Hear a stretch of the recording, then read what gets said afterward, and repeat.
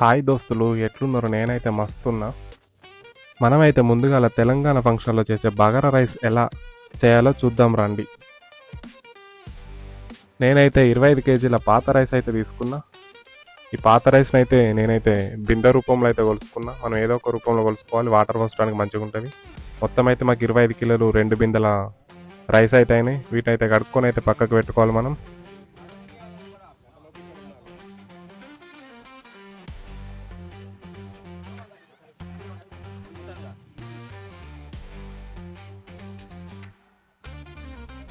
ఇక్కడైతే కూరగాయలు మొత్తం తుక్కు కడిగేస్తారు. ఇట్లా కడిగేసిన తర్వాత అన్ని ఒక కాడికి వచ్చి తెచ్చుకోవాలి. తర్వాత కట్టెల పొయ్యి మీద ఒక పెద్ద గంజు పెట్టుకోవాలి.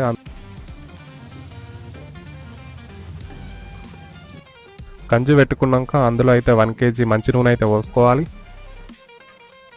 మసాలా దినుసులైన లవంగం, యాలకులు, చెక్క, సాజీర, బండపువ్వు, కసూరిమెంతి, బగారాకు, అనసపువ్వు, కసూరిమెంతి అన్నీ ఒక ప్లేట్లో తీసుకొని అయితే మనం రెడీ చేసుకోవాలి. ఆ వేడి వేడి నూనెలో అయితే తీసుకుపోయి అయితే వేయాలి. ఇప్పుడు మనం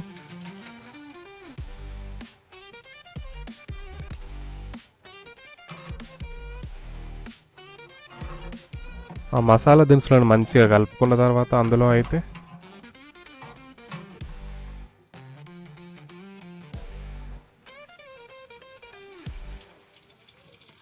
తర్వాత పక్కింట్లో ఎత్తుకొచ్చిన పుదీనా వేయాలి. తర్వాత ఎదురింట్లో పీకొచ్చిన కొత్తిమీర వేయాలి.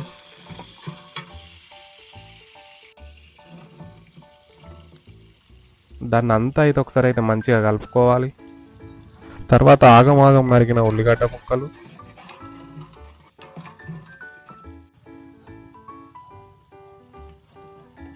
ఒకసారి మంచిగా కలుపుకున్న తర్వాత నడుంకి ఈరిన మిరపకాయ ముక్కలు కూడా వేసుకొని మంచిగా కలుపుకోవాలి.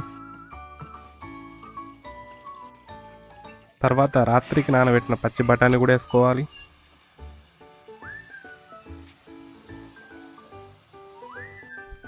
తర్వాత కిలా గుండ్రంగా కోసిన క్యారెట్ ముక్కలు కూడా వేసుకోవాలి. తర్వాత రుచికి సరిపడ ఉప్పు కూడా వేసుకోవాలి. ఈ మొత్తం ఆయిల్లో వేసేటట్టు మంచిగా ఆయిల్లో ఫ్రై అయ్యేటట్టు అయితే అన్నిటిని మంచిగా కలుపుకోవాలి.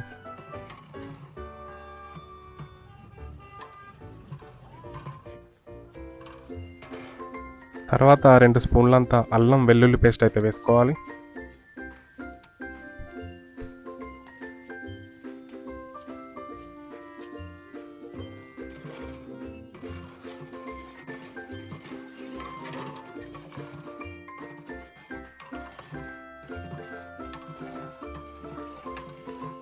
ఈ అన్నిటిని అయితే ఒకసారి అయితే మంచిగా కలుపుకోవాలి.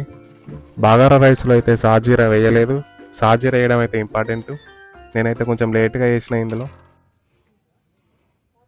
ఇప్పుడు చెప్పబోయే ముచ్చట అయితే మంచిగా నూరి. ఈ ముచ్చటని ఇంపార్టెంట్. బగారా రైస్కి ఒక బిందె రైస్ తీసుకుంటే పాత రైస్ అయితే 1.25 వాటర్ తీసుకోవాలి ఒక బిందెకి. అదే కొత్త రైస్ అయితే ఒక బిందె బియ్యానికి ఒక బిందె నీళ్లు తీసుకోవాలి. ఇదే మెయిన్ ఇంపార్టెంట్ తెలంగాణ స్టైల్లో బగారా వేయాలంటే, లేకపోతే తర్వాత ఫెయిల్ అవుతుంది బగారా. ఆ తర్వాత వాటర్ పోసిన తర్వాత ఇంత గరం మసాలా, కాస్తంత ధనియాల పౌడర్ వేసుకొని వాటర్ మంచిగా వేడయ్యాక ఎసరచ్చరాక అయితే ఫుల్ మంట పెట్టుకోవాలి కింద.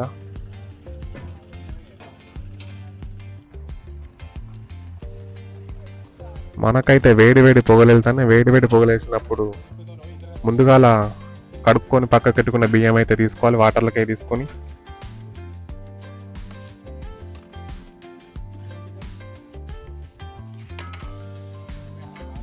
ఆ రైస్ మొత్తం వేసుకున్న తర్వాత కింద నుంచి మీదికి మీది నుంచి కిందికి అయితే మొత్తం మంచిగా కలుపుకోవాలి.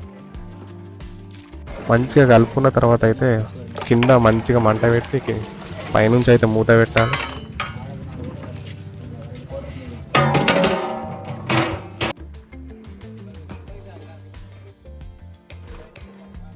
మధ్యలో మూత తీసి ఒకసారి మంచిగా కలుపుకోవాలి. 80% రైస్ ఉడికిన తర్వాత మనమైతే దమ్ము పెట్టుకోవాలి. ఇప్పుడు దమ్ము ఎలా పెడతారో చూద్దాం. ఒకసారి మంచిగా కలుపుకొని మంచిగా క్యాప్ పెట్టుకొని గాలి ఇవ్వకుండా కింద ఉన్న బొగ్గు మిరపకాయలు ఉంటాయి కదా, ఆ బొగ్గు మిరపకాయలు అయితే మీద పోసుకోవాలి. రికాబ్ మీద, మరి నా మీద అనుకునేరు. తెలంగాణ భాషలో రికాబ్ అంటే క్యాపు, గంజి మీద పెట్టే క్యాపు.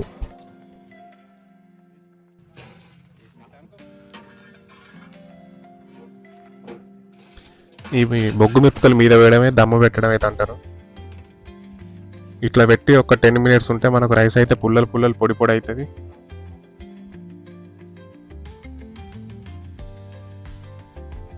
ఆ దమ్ము పెట్టిన బొగ్గు మిరపకలు అయితే బువ్వలో వాడకుండా తీసి అయితే పక్కకు పెట్టుకోవాలి. తర్వాత గంటెను పిర్లమర్ల వేసి రైస్ను మొత్తం అయితే మంచిగా కలుపుకోవాలి. రైస్ అయితే చూడండి మంచిగా పుల్లలు పుల్లలు పొడి పొడి అయింది. ఇక దాని నుంచి వెళ్ళి ఇంత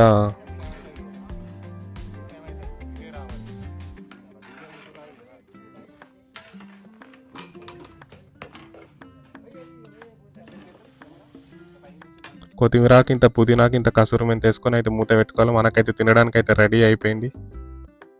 ప్లీజ్ వీడియో నచ్చితే లైక్ చేయండి. Thank you for watching.